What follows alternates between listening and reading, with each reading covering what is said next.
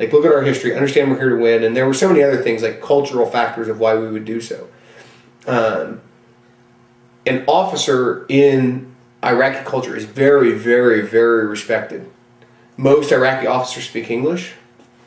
You know, they're extremely respected. A person who was just a soldier is no more than a guy who, you know, was indentured into it, and if he decided to stay with it, it's because he didn't have other options in life. So to make him an officer was very important for us. And the guy knocked it out of the ballpark. He was absolutely phenomenal at his job. The Iraqis loved him. How did he not? What did he do well? What he did well is, Sergeant Humphrey could tell you every sick person in his district. He could tell you how the sewer system worked, where it flowed, where it was blocked. He could tell you the name and relation of every single IP he had. They flocked to him. The way I used to get the Iraqis to do what I wanted in Jamaica is I would punish Sergeant Humphrey. So if I wanted them to go, I need you to put people over here, and then they wouldn't put people there, I would go there and pull Sergeant Humphrey aside, I'm going to yell at you, just stand there and take it. And I'd be like, you mother, I swear to God, if I ever see... And they'd be like, stop, we'll go. It's like, no, I want him fired. I'm going to put you down in rank, and I'm going to take your pay, and then, no, we'll go. And they would do whatever they wanted to protect Sergeant Humphrey. And that was the way I punished them, was by punishing, if I wanted them to do something, I would start punishing Sergeant Humphrey, and they would do whatever it took to keep him out of trouble. So, one of the things that's interesting here is that the best term that comes to mind is dramatic irony, which is where the audience knows the fact and the narrative, but the other characters don't. Right. There's some, seems like several elements of that, which is Lieutenant Mahika to the Iraqi population he was working with was married and had a kid, right? To the Iraqi population that Sergeant Humphrey was working with, he was a lieutenant and he was married and he had kids. And in this example you're talking about, you're chewing them out, but you've already told them that, just stand there and take it. Right. I mean, and here's the thing, I hate the fact that we lied to them at times. I really do. To the Iraqis. Yeah, I do. I don't like it.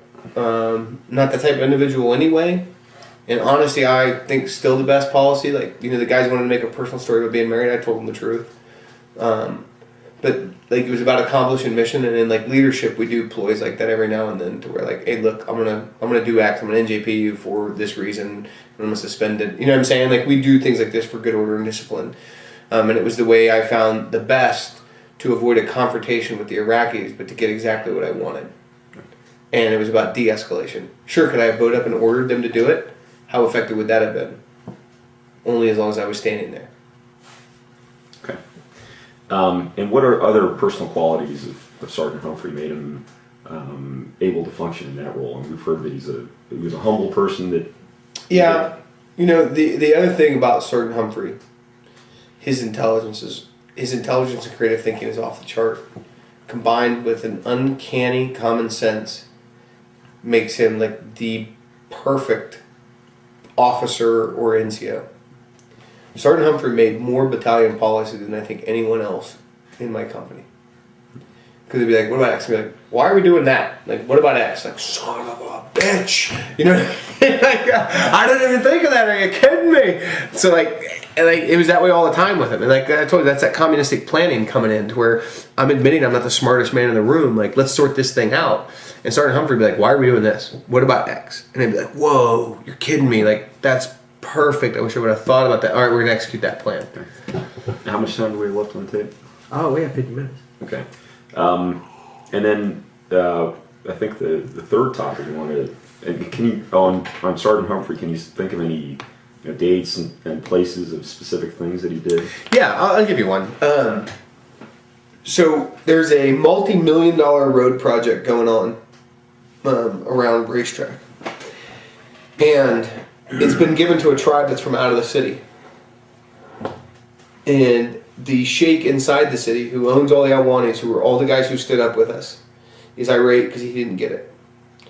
and he is getting ready to go have the cops go assault and arrest the workers. Sergeant Humphrey, being the man who is there in the scene, you know what I'm saying? He's living with the Iraqis. Like, sees so-and-so Sheikh walk in, hears everybody ruckusing up, like, whoa, stop, what the hell's going on? Finds out what's going on, interjects himself enough to delay the situation and not make it go very, very sideways. Like, that would have been a turning event for the city, because if those cops would have arrested those workers, the USAID could have pulled their funding. Like, nope, you guys don't control the city enough, we're taking away $1 million. What a turning point. But because he lived with them, because he was there, and because, like, when he told the captain, like, the guy who was the Iraqi in charge of the station, the lieutenant colonel, like, please, for me, don't do this. That was when the guy didn't do it, even though his sheikh was ordering him to. Like, that's where, I talk about talk about the hierarchy, like, I use Maslow's love at the top and self-actualization, because I think those are spot on no matter who you are and where you are. And that was where, like, love was winning out in the hierarchy. Like, they loved Sergeant Humphrey and would do what he asked for love of him. And that happened. And that only happens when we handed ourselves to the Iraqis.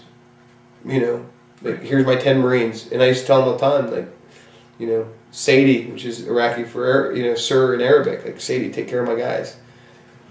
Yeah. Like, please, take care of them. Right. They're yours. They're here to help. And, like, they did. And that happened time and time again where they took care of our guys. So... Okay, and then I think the third topic you were going to address was operations at Azazia. Okay, Azazia, yeah. So Azazia was that police station that was taken over by the Iraqis, and we had to move in there, and we got the SVBID protection up, and so I sent Lieutenant Falk and his boys over.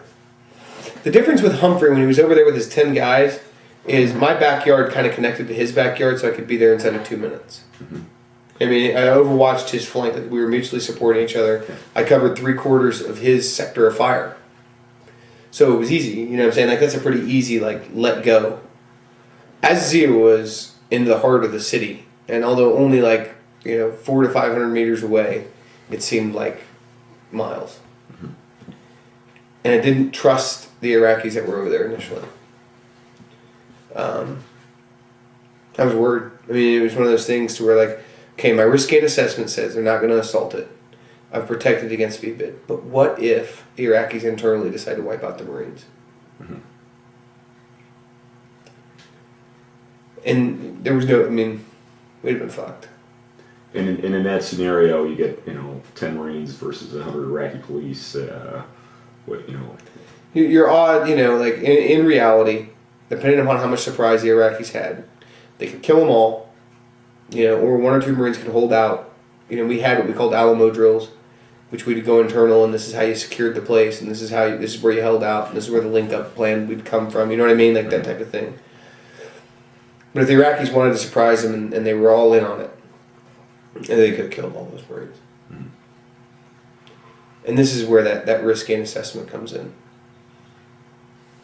And I thought about it, man, so many times. During what weeks was this? This was week 5, I believe.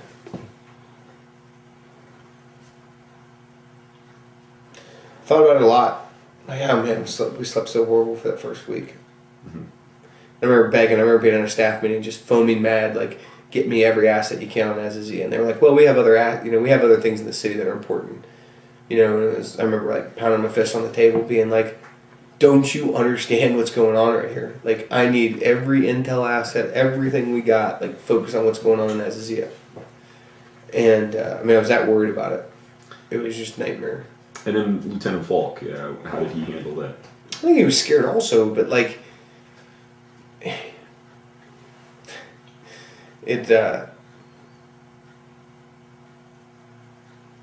Falk is 10 times smarter than Marine than I am, and I was thinking about, like, the bravery piece, because my colonel was asking me at a couple events that we had where I was aimed in on, or rounds were going off around me, and my colonel was giving me a hard time. And I said, there's not a single one of those situations where I was doing the right thing. There's not a single one